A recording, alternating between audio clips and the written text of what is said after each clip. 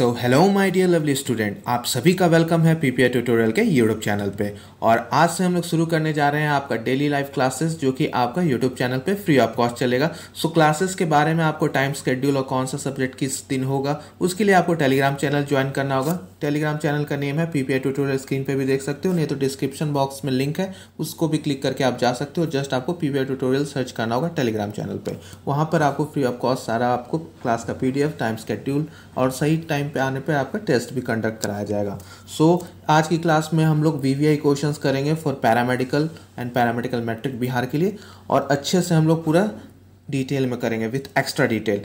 और अलग से एक और जानकारी, जो भी बच्चे थ्योरी क्लासेस करना चाहते हैं, यानी बेसिक से सारे सब्जेक्ट्स को हाई तक पढ़ना चाहते हैं, तो आप हमारे पेड कोर्स को भी ज्वाइन कर सकते हो, जहां पर आपको सारे शिक्षक देख सकते हो पैरामेडिकल क्वालिफाइड है। तो सारे एक्सपीरियंस टीचर जो भी आपके पैरामेडिकल क्वालिफाइड कर चुके, उनके द्वारा आपको पढ़ाया जाएगा। और कोर्स का फी आप देख सकते हो अभी बहुत ही कम है, ये जल्दी ही इंक्रीज कर दिया जाएगा। तो आप अगर इंटरेस्टेड हैं क्लास के बाद, तो आप व्हाट्सएप नंबर पे हमें व्हाट्सएप कीजिएगा, आपको फर्दर सारा डिटेल्स दे दिया जाएगा। तो चलिए समय ना गाते हैं, आज की क्लास को शुरू करते हैं। के कुछ महत्वपूर्ण प्रश्नों को किया जाए तो सबसे पहले शुरुआत करते हैं आज का पहला प्रश्न से।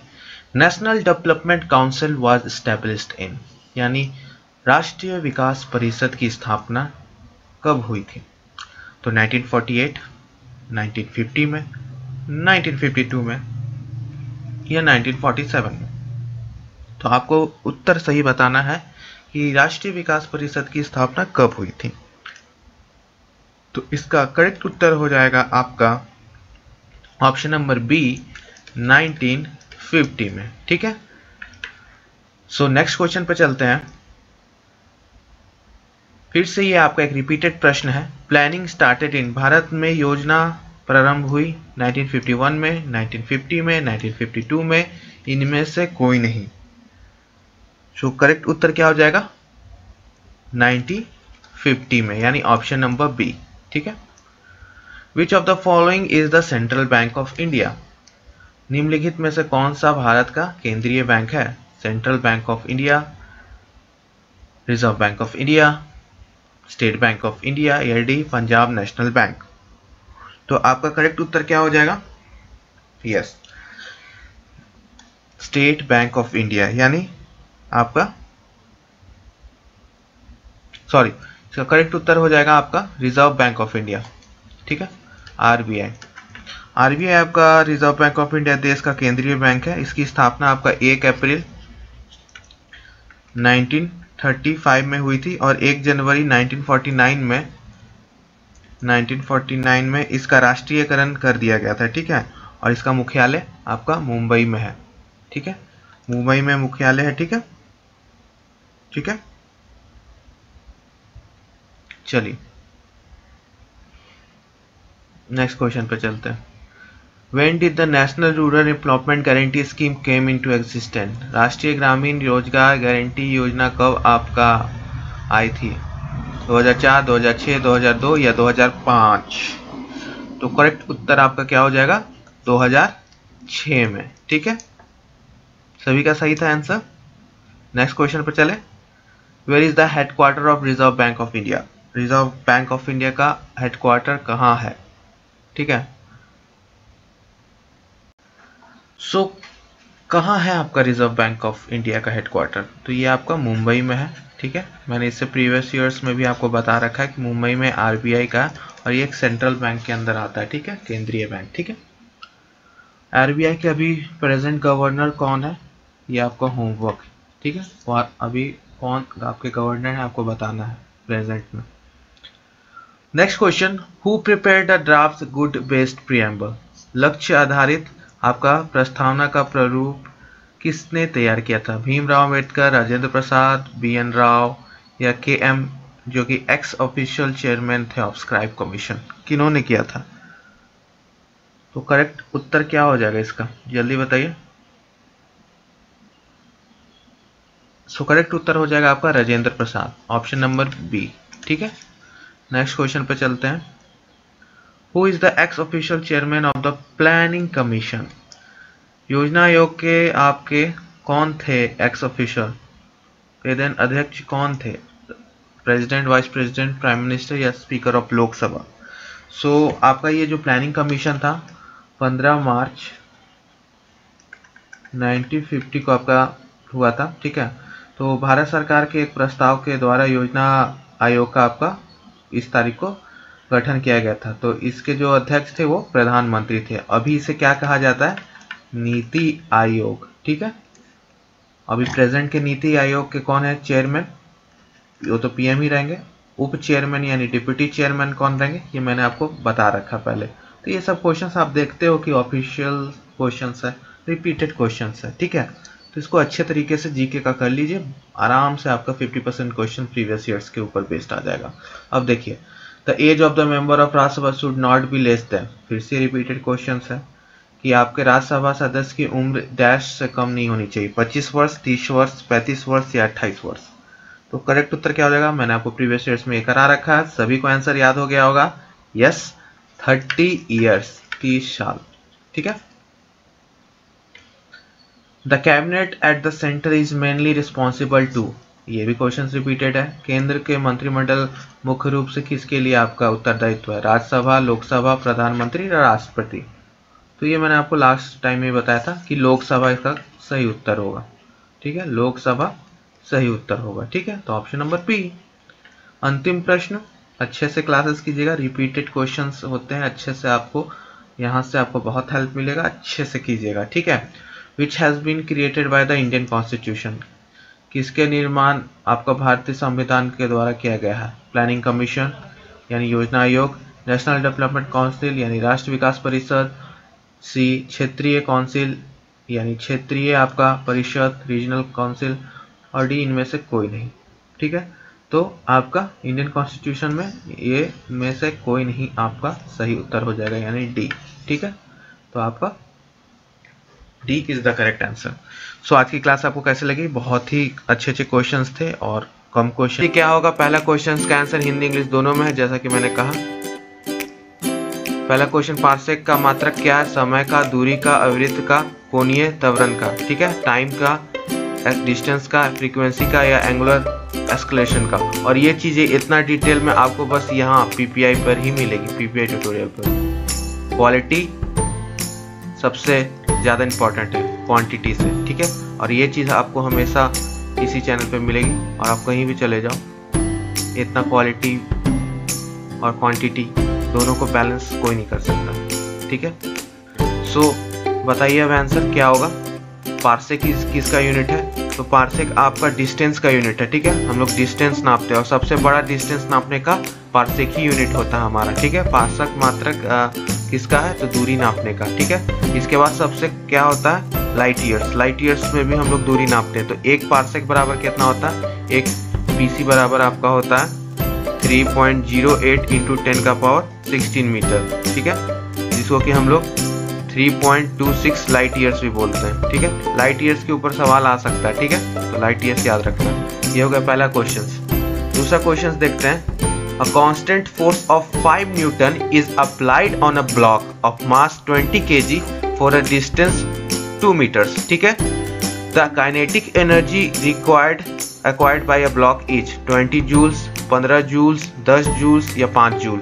यानी यहाँ पे माय डियर स्टूडेंट्स आपसे पूछा जा रहा है कि 20 किलोग्राम द्रव्यमान का एक ब्लॉक है, ठीक है, उसके ऊपर 2 मीटर की दूरी तक 5 न्यूटन का बल लगाया जाता है। तो उस ब्लॉक की गतिज ऊर्जा यानी काइनेटिक एनर्जी उस ब्लॉक में कितना होगा? तो 20, 15, 10 या 5 जूल, कितना होगा उसमें गतिज ऊर्जा, ठीक है। तो यहाँ पे सबसे पहले हमको फटाफट एक्सक्लेरेशन निकाल देना है। तो एक्सक्लेरेशन आपका क्या हो जाएगा? 5 डिवाइड बाई 20, ठीक है, 5 डिवाइड बाई 20 हो जाएगा। तो आपका कितना आ गया एक्सक्लेरेशन? 1/4 मीटर पर सेकेंड, दिया हुआ है आपका 5 और यहाँ पे 20 kg का, ठीक है, ठीक है। फोर्स इक्वल टू क्या होता है? मास इंटू एक्सक्लेरेशन, ठीक। तो 4 मीटर पर सेकेंड स्क्वायर आपका आ गया। और वेलोसिटी निकालना होगा हमको। तो वेलोसिटी क्या होता है? √2as। तो आपका कितना आ गया? 2 इंटू 2 डिवाइड बाई 4। इतना करने के बाद क्या आ गया आपका? 1 मीटर पर सेकेंड, ठीक है, 1 metre per second. So 1 metre per second आया। अब काइनेटिक एनर्जी का फॉर्मूला क्या होता है? Kinetic equal to half mv square, half mv square. तो अब इसमें पुट कर दीजिए। m कितना दे रखा है आपका? 20 kgs इंटू 1 यानी आपका 10 जूल्स। तो 10 जूल्स आपका आंसर आ गया, सी ऑप्शन, 10 जूल्स आपका सही उत्तर हो गया, ठीक है। ये न्यूमेरिकल था आपका। वर्क पावर एनर्जी से न्यूमेरिकल्स आ सकता है आपको, ठीक है। नेक्स्ट क्वेश्चन पे चलिए चलते हैं। क्वेश्चन नंबर 3 आपसे क्या पूछ रहे हैं यहाँ पे, when mass of a body is double the kinetic energy of the body will, यानी आपका यदि वस्तु का द्रव्यमान दुगना कर दिया जाता है तो वस्तु की गतिज ऊर्जा होगी, ठीक है, half, double, 1/4, non of this, यानी आधी होगी, दुगनी होगी, 1/4 होगी, या इनमें से कोई नहीं। तो आपको बताना है when a mass of a body is double, double कर दिया जाए तो क्या होगा। तो देखिए काइनेटिक एनर्जी हम लोग को पता है, काइनेटिक एनर्जी क्या होता है, अभी हम लोग किया हाफ mv², हाफ mv², ठीक है, और m क्या दे रखा है आपका m डैश, ये डबल हो जाएगा, ठीक, और आपका काइनेटिक एनर्जी क्या होगा डबल करने पे, तो बस पुट कर दीजिए इस फॉर्मूला में 2m को, तो कितना आया आपका, हाफ इंटू 2m और v², ठीक है, तो आपका क्या आ गया mv², ठीक है, mv² आया आपका, जो कि आपका बराबर हो गया काइनेटिक एनर्जी के डबल, ठीक है, यानी ट्वाइस हो गया। तो आपका सही उत्तर क्या आ जाएगा, डबल, ठीक है, तो डबल हो गया आपका, यानी आपका दुगना हो जाएगा, काइनेटिक एनर्जी क्या हो जाएगा, दुगना हो जाएगा, ठीक है, ठीक, क्योंकि आपका हाफ था ना, हाफ mv², अब आपका क्या हो गया mv², तो डबल हो गया ना। आइए क्वेश्चन नंबर 4 पे चलते हैं, ठीक है।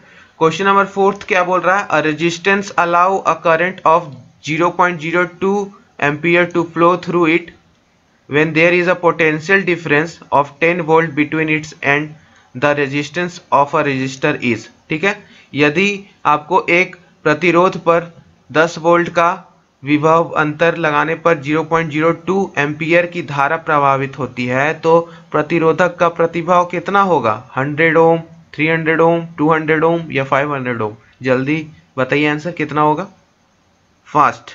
तो हमको यहाँ पे करंट क्या दे रखा है 0.02 ओम, ठीक है, पोटेंशियल डिफरेंस आपका कितना है 10 वोल्ट, ठीक है, तो हमको V=IR होता है, फॉर्मूला पढ़े हैं हम लोग, ठीक है, तो आपको रेजिस्टेंस पूछ रहा है तो R=V/I, ठीक है, तो आपका 10 अपॉन में 0.02, तो इसको कैलकुलेट करने पे कितना आ जाएगा 500 ओम, क्योंकि ये ऊपर जाएगा तो इंटू 100 हो जाएगा, ठीक है, ये डिवाइड बाई 2 तो 500 हो गया, क्योंकि 1000 हो जाएगा ना, 1000 डिवाइड बाई 2 तो आपको कितना हो गया 500, तो 500 आपका रजिस्टर हो जाएगा। तो V=IR याद रखिएगा, ये बहुत अच्छा फार्मूला है, इंपॉर्टेंट फार्मूला है, ठीक है। ये था आपका क्वेश्चन नंबर 4। आइए अब क्वेश्चन नंबर 5 में चलते हैं। 5 आपसे पूछ रहा है why the dam of water is thick at the bottom, ठीक है, यानी किस कारण बांध के नीचे का पानी चौड़ा बनाया जाता है।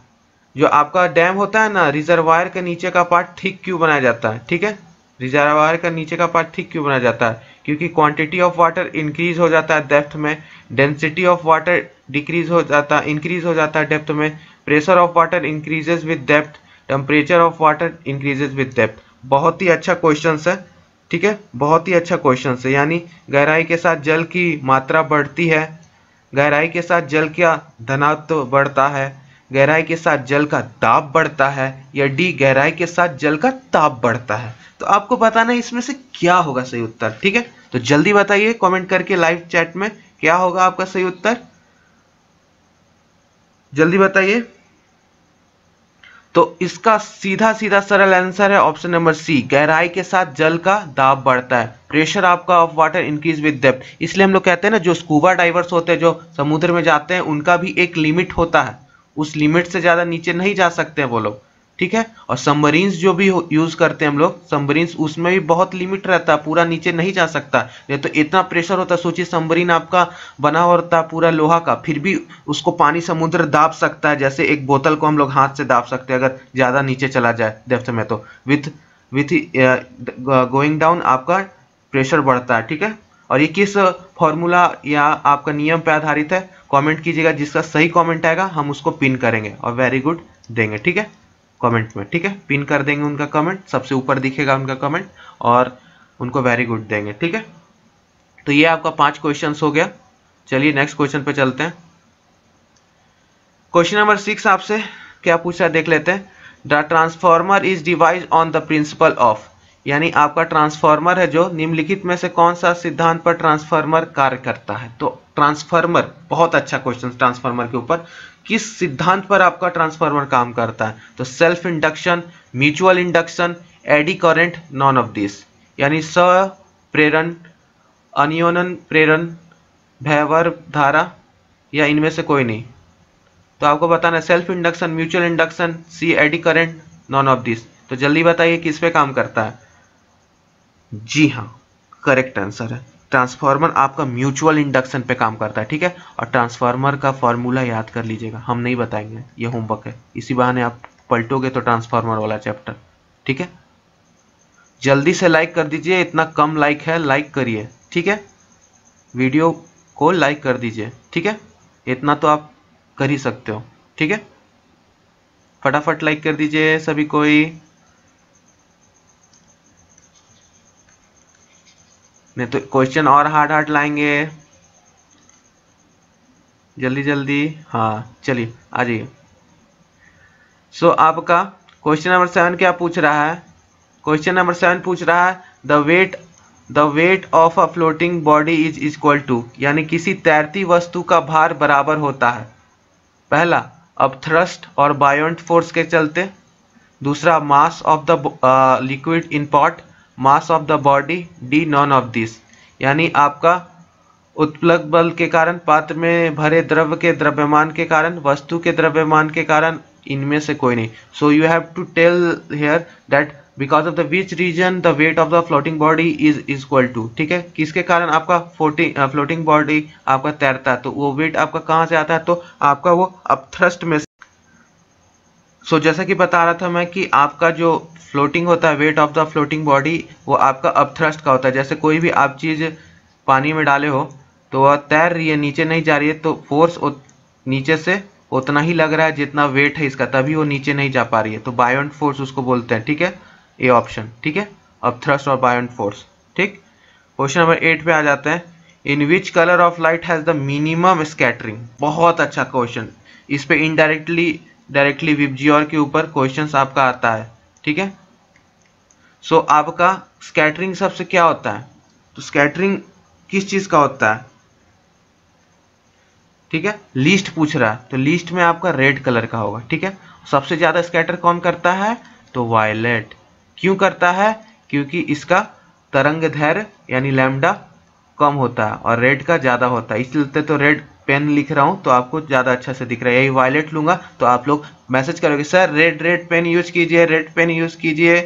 क्यों, क्योंकि आपको रेड पेन ज्यादा अच्छा से दिखता है, इसका लैम्डा ज्यादा रहता है। वही मैं वायलेट अभी यूज करूंगा तो परेशान हो जाओगे, बोलेगे नहीं सर इसको मत हटाइए पेन को। तो वायलेट यूज कर रहा हूँ ना, देखिए वायलेट यूज करता हूँ, देखिए वायलेट यूज कर रहा हूँ, तो आप तुरंत बोलोगे नहीं सर रेड कीजिए, रेड में ज्यादा अच्छा लग रहा है, ठीक है। थोड़ा देर वायलेट यूज करते हैं, ठीक है।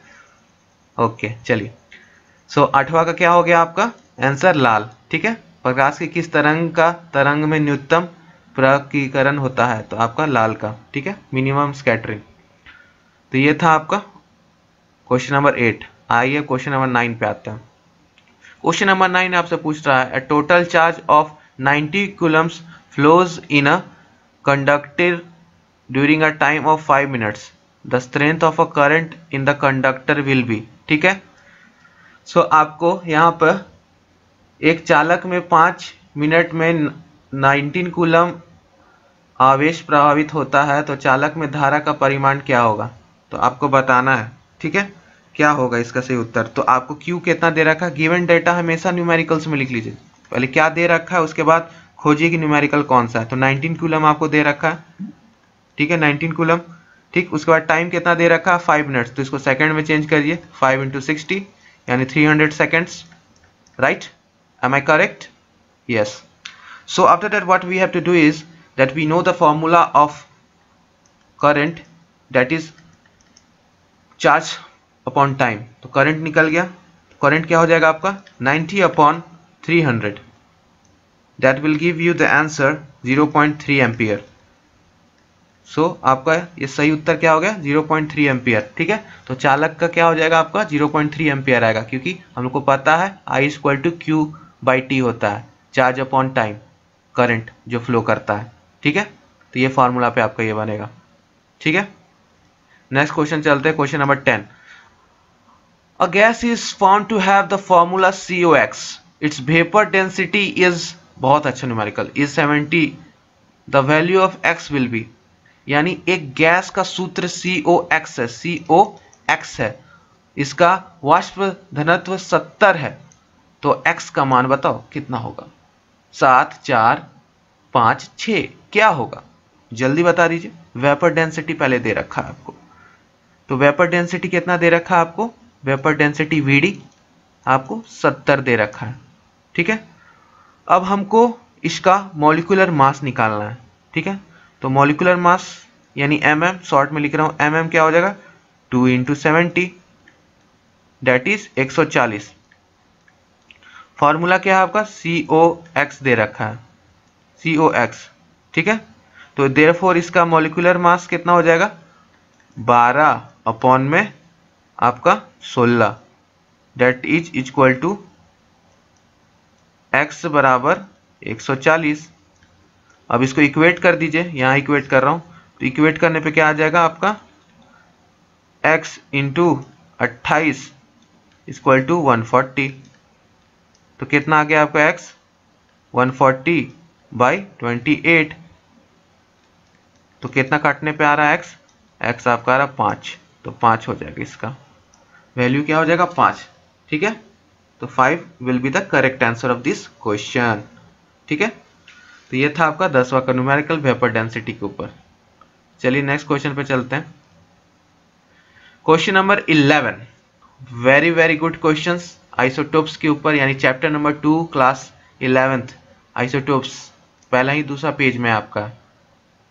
आपको यहाँ पे 3 आइसोटोप्स कार्बन के दे रखा है, 2 आइसोटोप्स कार्बन का दे रखा है।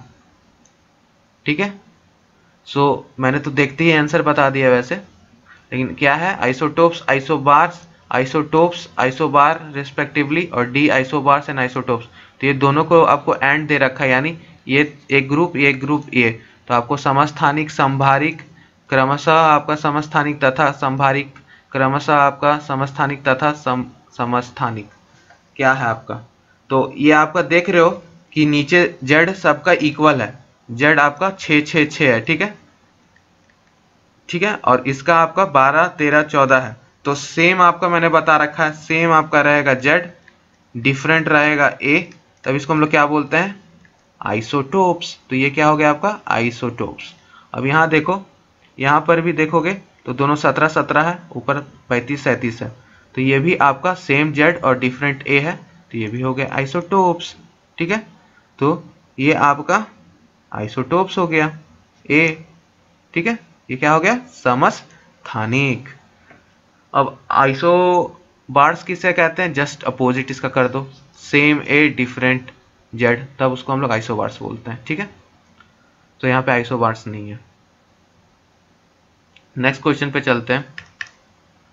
नेक्स्ट क्वेश्चन आपसे क्या पूछ रहा है, क्वेश्चन नंबर 12 पीएच के ऊपर। पीएच के ऊपर एक सवाल इस साल आने का चांसेस बहुत है, याद रखना, न्यूमेरिकल्स के फॉर्म में, न्यूमेरिकल्स के फॉर्म में पीएच पे आना सवाल केमिस्ट्री से, यानी इक्विलिब्रियम चैप्टर से, चैप्टर नंबर 7 क्लास 11th का तय है। तो pH value of pure water is, तो आपको बताना है कि pH value of pure water क्या होता है, शुद्ध जल का पीएच मान कितना होता है 0, 1, 7, 14, बताइए कितना होता है। प्योर वाटर का आपका पीएच यानी न्यूट्रल सॉल्यूशन जिसको बोलेंगे वो होता है 7।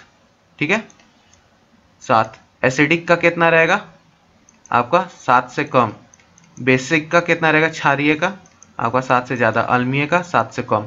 ठीक है, तो ये था आपका क्वेश्चन नंबर 12 का। चलिए क्वेश्चन नंबर 13 अब देख लेते हैं। मेरा क्वेश्चंस पढ़ने से पहले आंसर दे दीजिएगा बालकों, और तैयारी करते रहिए, रिवीजन प्रीवियस ईयर कर लीजिए, और जो पहली बार वीडियो देख रहे हो जाके प्रीवियस ईयर अभी भी कर लो, जो जेन्युइन प्रश्न ना वो मैंने पूरा करा रखा है पीसीबी का, पैरामेडिकल डेंटल का प्लेलिस्ट में जाइएगा, मैट्रिक और डेंटल और पीएम करके मैंने बना रखा है सब्जेक्टिव वाइज प्लेलिस्ट में, जाके अभी भी कर लीजिए, अच्छे से 20 दिन में हो जाएगा, ठीक है, और अच्छा ही होगा। प्लेलिस्ट बना हुआ है, आपको उससे बहुत फ़ायदा होगा, क्योंकि कहीं भी नहीं, मेजॉरिटी में आपको कहीं भी आपको प्रीवियस ईयर्स नहीं सॉल्व कराया गया है प्लेलिस्ट बना के ईयर बाय ईयर, क्योंकि लोग नहीं कराना चाहते, क्योंकि आपको सब अदर जगह पे अदर यूट्यूबर्स, मतलब कहने का कि आपको वो असली क्वेश्चंस नहीं दिखाते हैं कि क्वेश्चंस क्या है। ये असली क्वेश्चंस नहीं है, ये आपका मॉडल है। असली क्वेश्चंस जाके 2020 का देखिए, न्यूमेरिकल्स भरा पड़ा है, न्यूमेरिकल्स फिजिक्स केमिस्ट्री में, लेकिन क्या दोनों क्वेश्चंस रिपीट होते हैं प्रीवियस ईयर से, ये भी साथ साथ बोल रहा हूँ। तो जो प्रीवियस ईयर्स कर लेगा उसका आधा काम हो जाएगा, ठीक है। सो मेटल क्या है? मेटल आपका which is considered as transition metals. So आपको बताना है जिंक, कैडमियम, मरकरी, स्कैंडियम। निम्नलिखित धातु में से कौन सा आपका संक्रमण धातु है, ट्रांजिशन मेटल है? जिंक, कैडमियम, पारा, स्कैंडियम। जस्ता क्या होगा बताइए, क्या होगा आपका? सो आपका जिंक हो गया, कैडमियम, मरकरी और स्कैंडियम में से बताना। तो जिंक, कैडमियम और मरकरी ये तीनों आपका क्या है? 3d10 इसका है इलेक्ट्रॉनिक विन्यास लास्ट में, ठीक है। तो ये आपका पूरा इलेक्ट्रॉनिक कॉन्फ़िगरेशन इसका हो रखा है, ठीक है। तो आपको यहाँ पे ट्रांजिशन मेटल्स के बारे में पूछ रहा है, ठीक है। सो आपका स्कैंडियम हो जाएगा ये, यानी स्कैंडियम का 21 होता है, यानी 4s2 3d1। तो ये ट्रांजिशन मेटल्स में आपका चला जाएगा इनकम्प्लीट डी ऑर्बिटल के वजह से, तो इसलिए इसको ट्रांजिशन मेटल्स में हम लोग डालते हैं, ठीक है। जिंक को भी हम लोग लेते हैं, लेकिन इसका कंप्लीट है इसलिए इसको हम लोग नहीं बोलते ट्रांजिशन, ठीक है। आइए क्वेश्चन नंबर 14 में देखते हैं। क्वेश्चन नंबर 14 आपसे क्या बोल रहा है? Which of the following element is present in excess amount in the human bones and teeth? So आपको यहाँ पे पूछ रहा है निम्नलिखित में से कौन सा तत्व मानव हड्डी एवं दांतों में प्रचुर मात्रा में यानी एक्सेस अमाउंट में पाया जाता है? सोडियम, पोटेशियम, कैल्शियम या कार्बन? कौन सा है आपका? जल्दी बता दीजिए। तो आपका करेक्ट उत्तर हो जाएगा कैल्शियम। हमारी बोलते हैं ना दूध पिया करो, कैल्शियम सैंडोज खाओ, वुमेन हॉर्लिक्स पियो जिसे कैल्शियम मिले। तो कैल्शियम से हमारा बोन बनता है, क्योंकि कैल्शियम और फास्फोरस का हमारा बोन्स में सबसे ज़्यादा डिपोजिशन होता है, ठीक है। और समय के साथ क्या होता है, विथ हमारा एज ये लचीला होते जाता है, इलास्टिसिटी बढ़ते जाता है आपका बोन्स का। इस चलते कहते हैं ना बुढ़ारी में पैर संभाल के चलना चाहिए, नहीं तो गिर जाओगे तो प्लास्टरों काम ना दे, भोजपुरी में कहा जाता है। तो इसलिए समय के साथ हमारा ये जो कैल्शियम और फास्फोरस का है ना डिपोजिशन वो कम होते जाता है, जिससे चलते इलास्टिसिटी आ जाती है बोन में, ठीक है, लचीला हो जाता है बोन। इस वजह से हमें कैल्शियम इंटेक करते रहना चाहिए, दूध पीते रहना चाहिए। तो जो गर्ल्स दूध नहीं पीती हैं अभी भी पीजिए, नहीं तो आगे चल के दिक्कत होगी, ठीक है। तो दूध पीने टाइम नखरा नहीं होना चाहिए, आराम से दूध पी लेना चाहिए, ठीक है, चाहे काऊ का हो चाहे बफेलो का हो, नाक बंद करके गट गट गट पी जाना है। आइए नेक्स्ट क्वेश्चन पे चलते हैं। 15 the gas used for artificial ripening of green fruits. ये बायोलॉजी का आपका प्रश्न है, प्लांट फिजियोलॉजी से, और एक क्वेश्चन आप यहाँ से एक्सपेक्ट कर सकते हो आपका प्लांट फिजियोलॉजी से हार्मोन्स के ऊपर ज़रूर पूछेगा। सो आपको बताना है कि हरे फलों को कृत्रिम रूप से पकाने के लिए प्रयुक्त गैस कौन सी है। तो यहाँ पे आपको गैस दे रखा है हिंदी में, और एक चीज़ मैं बता देता हूँ, ये आपको कोई नहीं समझाएगा, ठीक है। एग्जामिनेशंस में आप लोग जब बैठो, ठीक है, पेपर आपको मिले, आप भले ही हिंदी मीडियम के स्टूडेंट हो, आप भले ही इंग्लिश मीडियम के स्टूडेंट हो, लेकिन क्वेश्चंस को ज़रूर देखना हिंदी और इंग्लिश दोनों में। ऐसा क्यों कह रहा हूँ, आपके सामने 15 नंबर क्वेश्चंस है, ठीक है। सो कभी कभी क्या होता है ना, जो ट्रांसलेशन होता है क्वेश्चंस का वो इस प्रकार से होता है ना कि आपको क्लू दे दे वो, ठीक है, हिंट दे दे, और ऐसा आपको बहुत सारे क्वेश्चंस में मिलेगा। जिस क्वेश्चंस में आपको दिक्कत हो उसका इंग्लिश वर्जन भी पढ़ना और हिंदी वर्जन भी पढ़ना। जैसे यहीं पे देखो, the gas used for artificial ripening of green fruit is, ठीक है। अब यहाँ पे हरे फलों में कृत्रिम रूप से आपको पकाने के लिए कौन सा प्रयुक्त गैस होता है, ठीक है। तो आप यहाँ दोनों पढ़े, ठीक है। अब यहाँ दोनों में गैस का बात हो रहा है, आर्टिफिशियली राइपनिंग, अब कृत्रिम रूप से पकाना है हमको। तो ये हम लोग डेली लाइफ में आपका करते हैं। डेली लाइफ में हम लोग जैसे मैंगो का भी सीजन गया, आम का सीजन गया, तो हम लोग कच्चा आम तोड़ के पकाते हैं ना, उसको कार्बाइड बोलते हैं, जिसको कार्बाइड से पकाते हैं, ठीक है। तो आपको वैसे ही यहाँ पे पूछ रहा है किस गैस से पकाते हैं, एसिटिलीन, इथाइलीन, इथेन, आपका कार्बन डाइऑक्साइड, तो किससे पकाते हैं, जल्दी बताइए। तो आपका हमेशा याद रखना, जब भी पकाने का काम होगा ना, राइपनिंग का, तो आपका इथाइलीन, इथाइलीन का क्या फॉर्मूला होता है, जल्दी बताइए, C2H4, ठीक है, ये होता है आर्टिफिशियली। तो आपका बी सही उत्तर हो गया, ठीक है। तो क्वेश्चंस हमेशा इंग्लिश हिंदी में पढ़ना, आपको जरूर कुछ ना कुछ ऐसा हिंट मिलेगा जो आपका हिंदी में होगा इंग्लिश में नहीं, हिंदी में होगा आपका इंग्लिश में नहीं, और इंग्लिश में होगा हिंदी में नहीं।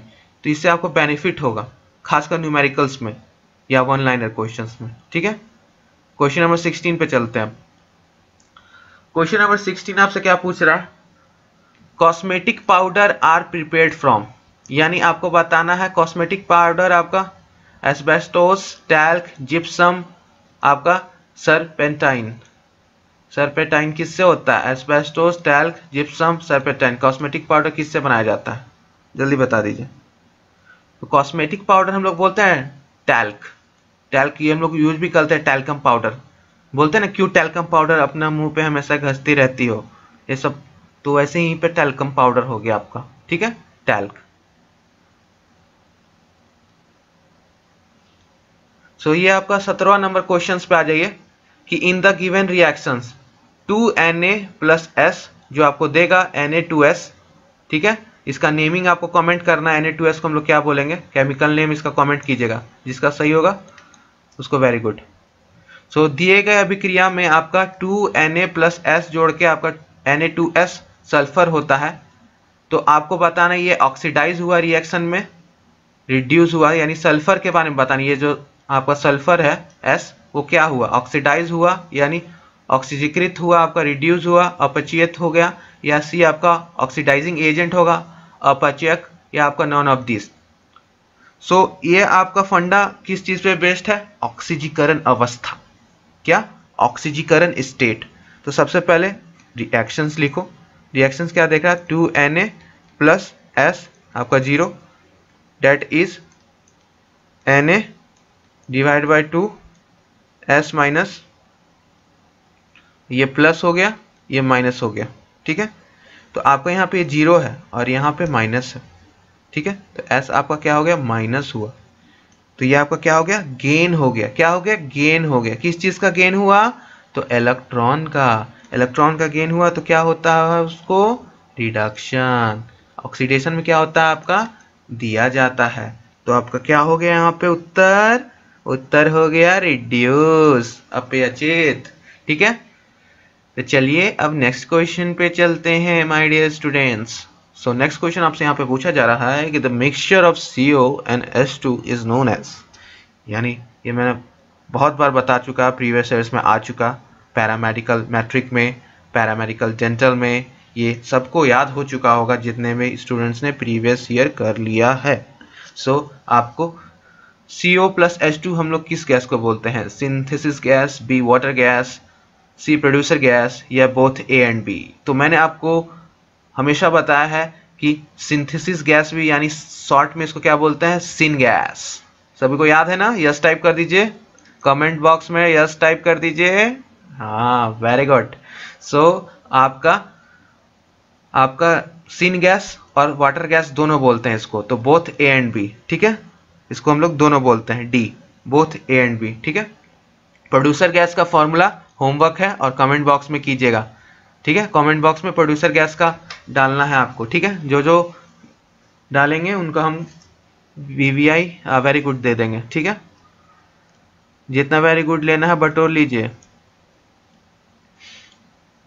बस। That are needed for enzyme to function properly are, ठीक है। एंजाइम ठीक प्रकार से कार्य करेंगे, इसके लिए कौन सा यौगिक आवश्यक है, बफर, स्टेरॉइड्स, विटामिन्स या heavy metals, buffer, steroid, vitamins या भारी धातु, compound that are needed for enzymes to function properly. तो ये आपका क्या होगा इसका सही उत्तर, जल्दी बता दीजिए। तो इसका सही उत्तर होगा आपका विटामिन्स। विटामिन्स के प्रेजेंस में आपका एंजाइम्स प्रॉपर्ली काम करते हैं। ठीक है, आपको एक बात याद होगी ना, शायद मुझे याद नहीं है, नहीं आप कंफर्म कर देना, मैं जस्ट अभी बता रहा हूँ। होलो एंजाइम, अब पता नहीं मुझे याद नहीं है, ओपो एंजाइम प्लस कोफैक्टर, सही है क्या? Holo enzyme equal to apo enzyme plus cofactor, एक बार बता देना, मुझे याद नहीं है, मैं भूल रखा हूँ, कंफ्यूज हूँ, आप बता देना। ठीक है, लेकिन इंपॉर्टेंट है ये। अब apo enzyme equal to holo enzyme plus cofactor है कि holo enzyme equal to apo enzyme plus cofactor है, थोड़ा बुक पलटो। ठीक है, मुझे याद नहीं है, अब गलत है सही है मुझे नहीं पता, कमेंट कीजिएगा सही है नहीं, और गलत होगा तो लिख के सही कमेंट कर दीजिएगा, मैं उसको पिन कर दूंगा। ठीक है, आइए क्वेश्चन नंबर 20 पे। 20 question, which of the following is commonly known as pond silk. बहुत अच्छा क्वेश्चन प्लांट किंगडम पे। प्लांट किंगडम से बउआ लोग एक क्वेश्चन आने वाला है, एनिमल किंगडम से भी एक क्वेश्चन आने वाला है, और कैसन क्वेश्चन रहेगा ये भी बता देते हैं, एग्जाम्पल के ऊपर आधारित। तो जितना भी एग्जाम्पल्स है प्लांट किंगडम, एनिमल किंगडम में, सभी रटी जाओ, सभी रटी जाओ, जितना एग्जाम्पल है सभी रटी जाओ, क्योंकि एक ना एक एग्जाम्पल के ऊपर आधारित क्वेश्चंस आएगा और आते हुए भी नहीं हो पाएगा। जैसे यहाँ पे पॉन्ड सिल्क करके पूछ दिया। ठीक है, तो पॉन्ड सिल्क किससे कहते हैं हम लोग? सो बताइए, सुक्रोज किस किस शुगर से बना हुआ है? माल्टोज फ्रक्टोज से क्या, कि ग्लूकोज और फ्रक्टोज से? जल्दी बताइए, माल्टोज फ्रक्टोज से कि ग्लूकोज प्लस फ्रक्टोज? यानी आपका करेक्ट उत्तर क्या होगा? तो करेक्ट उत्तर होगा आपका ग्लूकोज प्लस फ्रक्टोज। तो ये दोनों नेचुरल शुगर है। ये कहाँ? शुगर गन्ना में पाया जाता है, शुगर केन में। ठीक है, तो ये नेचुरल हो गया, नेचुरली भी हमें मिलता है। और सारा बायोमोलिक्यूल्स कर लीजिएगा अच्छे से, और पॉलीमर्स, जितना भी पॉलीमर्स का नेम होगा ना, फॉर एग्जांपल डेक्रोन, टेफ्लॉन, आपका पॉलीस्टाइरीन, आइसोप्रिलीन, वल्कनाइज्ड रबर, ये सारा इंपॉर्टेंट है आपके लिए। पॉलीएमाइड, ये सारा आपको इंपॉर्टेंट है। ठीक है, copolymer, heteropolymers, synthetic polymers, semi synthetic polymer, thermostatic plastic, thermoplastic, PVC, सारा आपको करना है। ठीक है, सबका नेम। अरे आखिरी प्रश्न आज का मॉक टेस्ट का, और मॉक टेस्ट खत्म करने से पहले मॉक टेस्ट कैसी लगी कमेंट करके ज़रूर बता दीजिएगा, और शेयर ज़रूर कीजिएगा। ठीक है, शेयर और सपोर्ट की बहुत आवश्यकता है आपकी। ठीक है, आपका सपोर्ट हमें बहुत ज़रूरी है। ठीक है, सो आइए लास्ट प्रश्न देख लेते हैं। मेहनत दिखती है तो सपोर्ट करिए। ठीक है, the tree properly known as green gold but which is an ecological disaster, eucalyptus, banyan, sea piper, none of this। 25 आपका क्या हो जाएगा? एक ऐसी वृक्ष जिसमें ग्रीन गोल्ड के नाम से जाना जाता है, लेकिन यह परिस्थिति के दृष्टि से विपरीत का सूचक है। तो आपको बताना कौन सा है ऐसा। सो आपका सही उत्तर क्या हो जाएगा? यूकेलिप्टस। ठीक है, eucalyptus is your correct answer. So आज का मॉक टेस्ट आपको कैसा लगा, मॉडल पेपर सॉल्व करने में कैसा लगा, कमेंट करके ज़रूर बताइएगा। और इसी तरह के lectures, mock test, sample papers और आपका प्रीवियस ईयर सॉल्व करने के लिए पैरामेडिकल, पॉलिटेक्निक और ITI बिहार, झारखंड, यूपी तीनों स्टेट्स के लिए PBI को सब्सक्राइब करना ना भूलें। चलिए नेक्स्ट मॉडल पेपर में मिलते हैं, और धीरे धीरे मॉडल पेपर का टफनेस बढ़ाते हैं। ठीक है, और आसमान की ऊंचाइयों तक ले जाते हैं और स्ट्रेस को नीचे ले आते हैं ग्राफ में। ठीक है, bye bye and keep studying and keep doing hard work and all the best for the examinations. And सभी को thank you, teachers take care, सभी को thank you, God bless you all. मेहनत कीजिए, सफलता प्राप्त कीजिए, और इस चैनल का प्यार भूल नहीं जाना रे। प्रीवियस ईयर सारा कराया है अच्छे से डिटेल में, अच्छे से करके सारा प्रीवियस ईयर एग्ज़ाम में जाना रे, वरना फिर ना कहना मुझे मार्क्स अच्छा आया नहीं, साइंस में आपने पढ़ाया नहीं। ठीक है, चलिए bye bye and keep studying.